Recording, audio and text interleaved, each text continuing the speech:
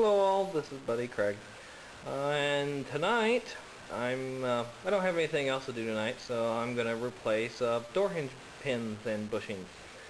Um, the O'Reilly's I called didn't have a listing, so I took some measurements and I went to the Motomite or help section. Motomite is a division of Dorman products, and then Motomite also makes the Help brand.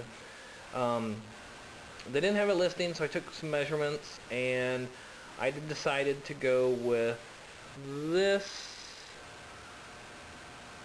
Motomite part number 384072. What you get, focus, you get a pin and two bushings. This was about, I think, $5.99 or $5.79, something like that. So if you were going to do both pins on a door, you're going to spend $10 or so. You might be able to get them a little cheaper if you shop around, but I was just kind of in a hurry. I wanted to hurry up and get the pins, so we're going to go start to do this. I want to show you something. There's a bunch of different hinge pin kits at the auto parts store, and sometimes there's confusion about the generic GM door hinge pin kit. There's one with a bushing that has these knurls in it, these grooves, and it's thicker. And then there's the old style that was smooth and it's thinner. They both fit a 11/32 shaft. The pin is 11/32 or about 345 thousandths of an inch thick. But anyway, so the kit you want, if they don't have a listing, you want the bushings that have got these knurls, and it's the walls. The wall here is thicker than the wall there. So I wanted to point that out. Now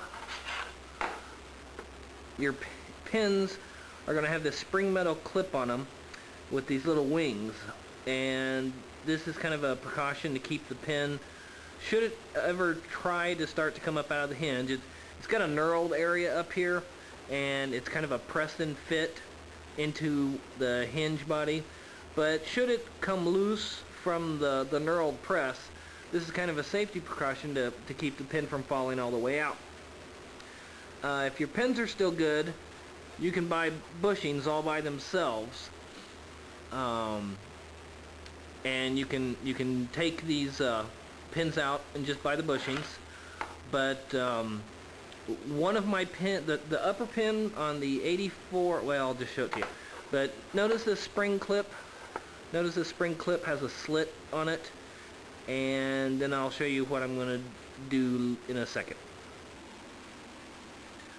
Okay, here's the bottom hinge, and notice that spring metal clip up at the top of the pin. I'm going to stick a screwdriver in the slit of that spring clip and expand it so it can fit up over the outer diameter of the rest of the pin and slide it downward. It's way too cramped quarters in here for me to let you watch what I'm doing. So next time you see that pin, it's going to have that clip slid down to the bottom. Okay, as promised, that clip is slid down to the bottom. Now you've got to do the same thing to the upper pin, and then I'll show you what I do next.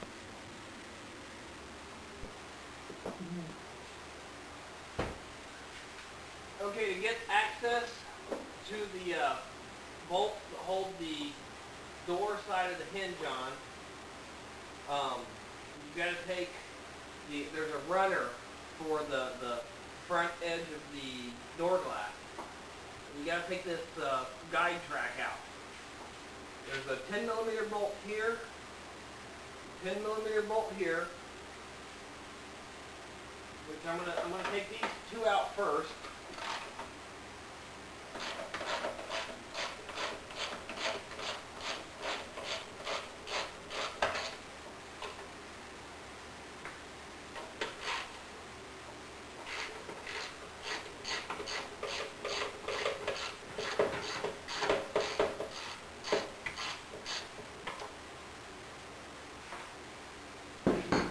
And then there's a third 10 millimeter in this oblong hole. There's another 10 millimeter bolt that's on an L-shaped bracket that if you don't take that bracket out, you can't move this guide track enough out of the way to be able to get to the bolts for the hinges. So go ahead and spend the extra couple seconds to take this L-shaped bracket off.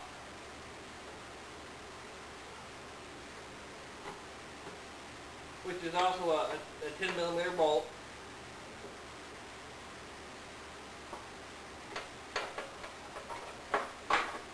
There's the L-shaped bracket.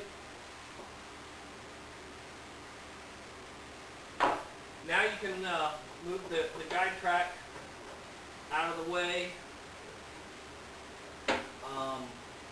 enough to, now you can move this bracket out of the way enough to get to the bolts. Now it's out of the way enough I can get to the bolts for the hinges. So remember to do that.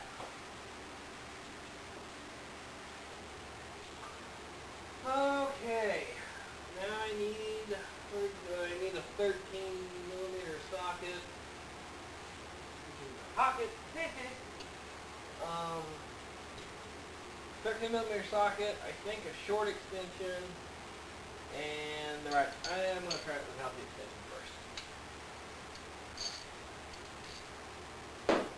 This is a time where us little guys with little itty arms can do something that big muscular guys can't do, because we can get our hands and arms in places that we probably shouldn't be putting them. Well, that harness is right in the way for where I want to go. Let's get things down there.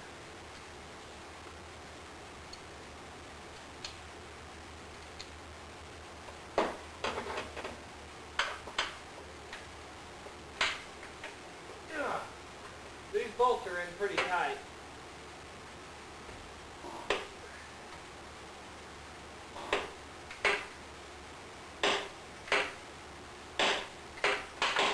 Well, there's no point in you sitting there watching me take these two bolts out one click at a time, but I'm going to take the two bolts out of the upper hinge, and I'm going to set a jack underneath the bottom edge of the door to help support the door, because the entire weight of the door is going to be on the bottom hinge, and that could tweak things. I'm just going to use the standard fiero jack to support the bottom edge of the door, so you don't need a floor jack if you don't have one. So I'm going to keep fighting these bolts one click at a time, and I'll be back after I get that done.